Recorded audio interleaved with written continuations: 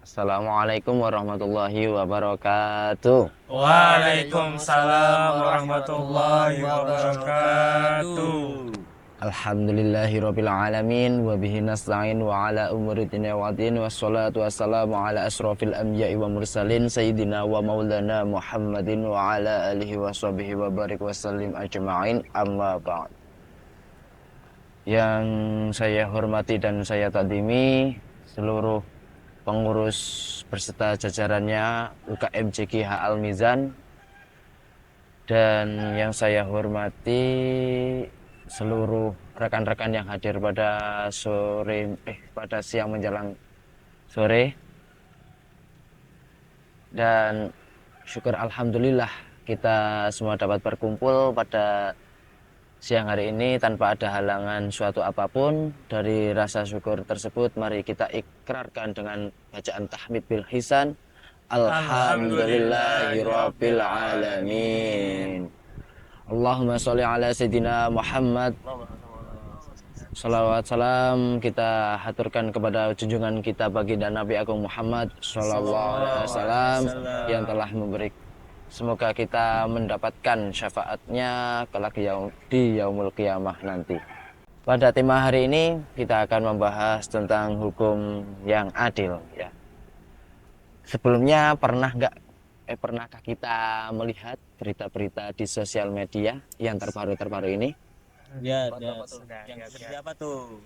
Ya, yang pastinya tuh ya seperti halnya ada yang pertama nih, sebelum masuk ke yang inti ya. Yang pertama ada efisiensi anggaran. Ya, sangat booming ya, sampai banyak yang emosi sepertinya ya. Ya, tapi nggak apa-apa. Yang kedua yang pasti udah kayak teman kita sendiri nih, kita dengernya. Apa itu? Korupsi. Kasus korupsi yang begitu banyak di Indonesia ini sangat membuat kita tuh mendengar udah kayak ya makanan sehari-hari. Mau makan apa ya makan ini, mau makan ya seperti itu.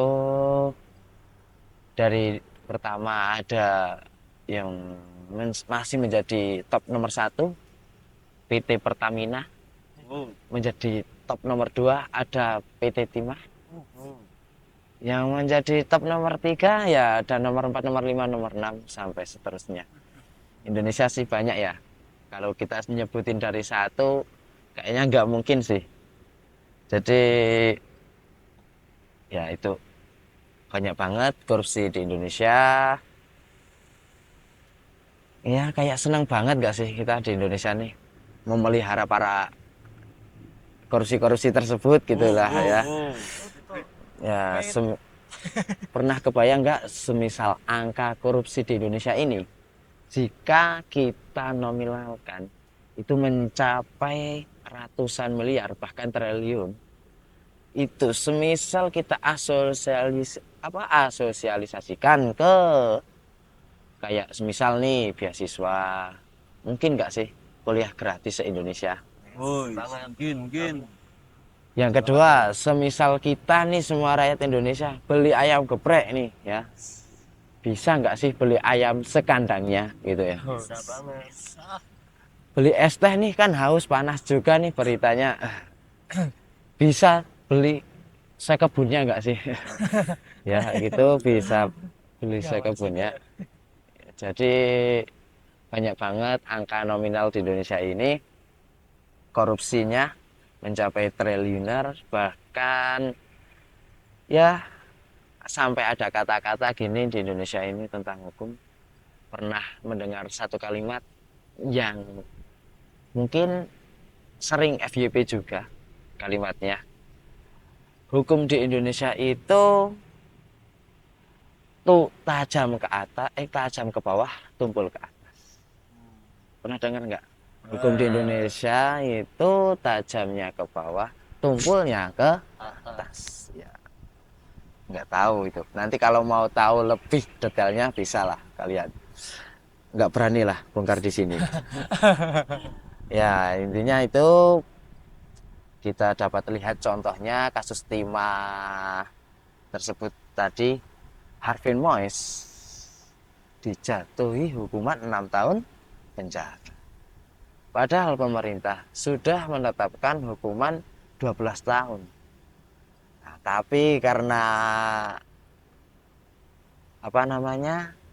hakim tadi berbeda pendapat.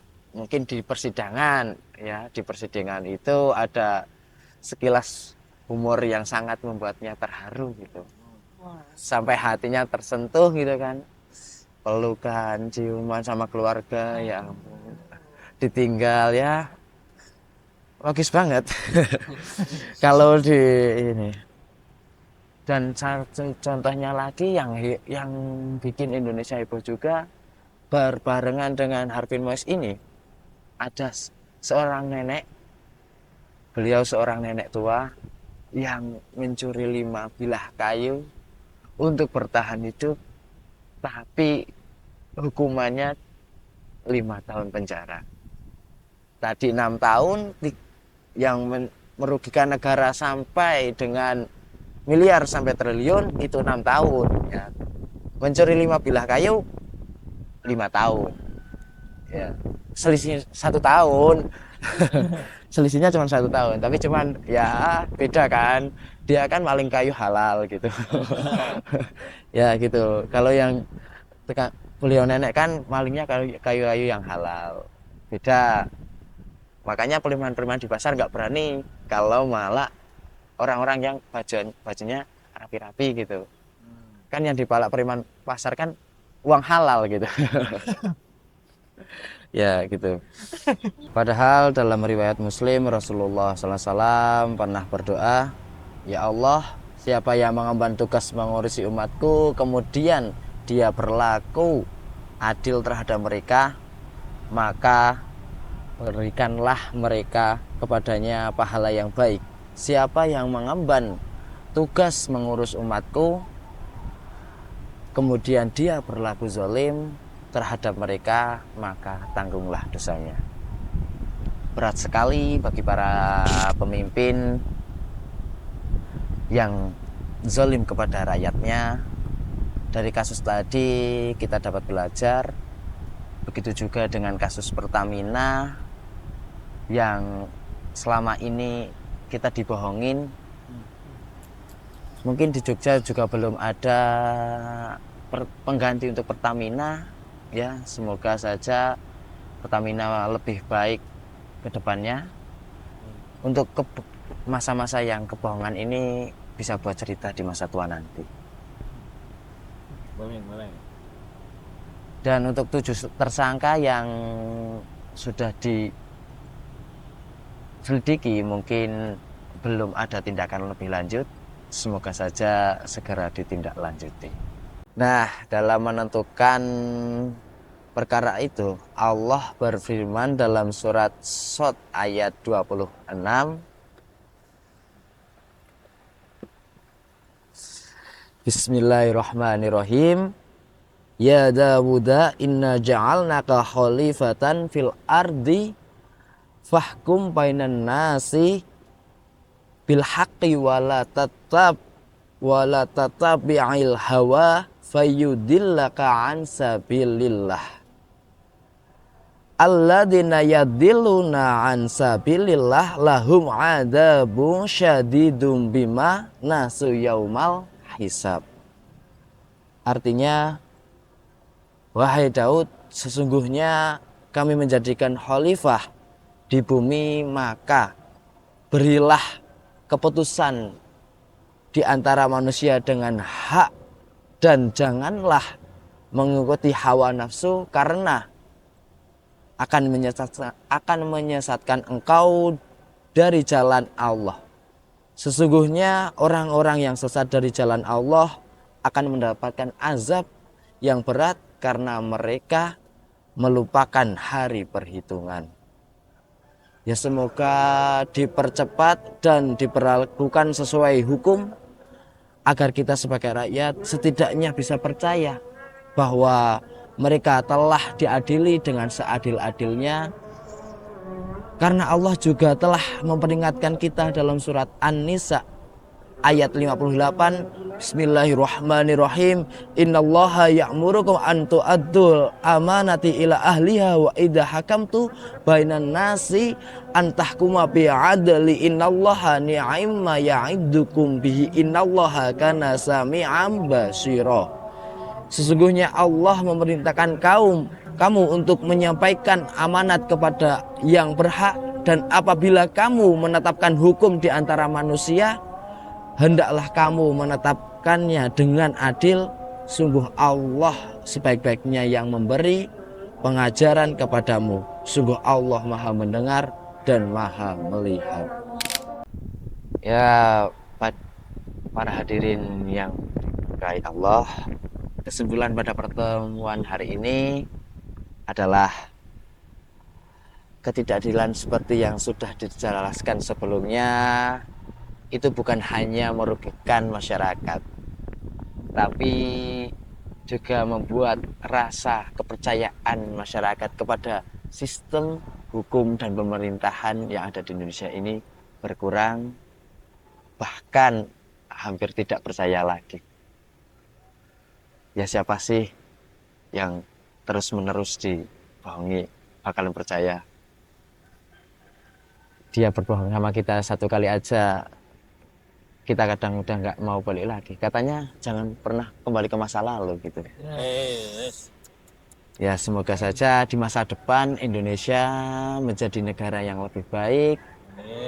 Tanah air kita menjadi tanah air yang benar-benar bersih dari itu. Amin. Nah, kita harus merenungkan sistem hukum kita yang sudah berjalan. Apakah hukum-hukum di pemerintahan itu sudah berjalan dengan Islami dan sesuai dengan ajaran yang sebelumnya. Semoga Allah senantiasa membimbing kita semua, entah sebagai rakyat dan sebagai pemimpin. Semoga semisal kita semua di sini sebagai rakyat menjadi rakyat yang benar-benar patuh atas pemerintahan, dan pemerintahan menjadi pemerintah yang amanah kepada rakyatnya, dan menjadikan Indonesia yang harmonis, yang Indonesia yang sejahtera, Indonesia yang benar-benar baik dan bahagia untuk selama-lamanya. Amin. Dari saya, jalan-jalan pergi ke sawah. Cakep. Di sawah nemu buah pepaya. Cakep. Jika saya banyak salahnya, mohon maaf. Namanya juga manusia. Wassalamualaikum warahmatullahi wabarakatuh. Waalaikumsalam warahmatullahi wabarakatuh.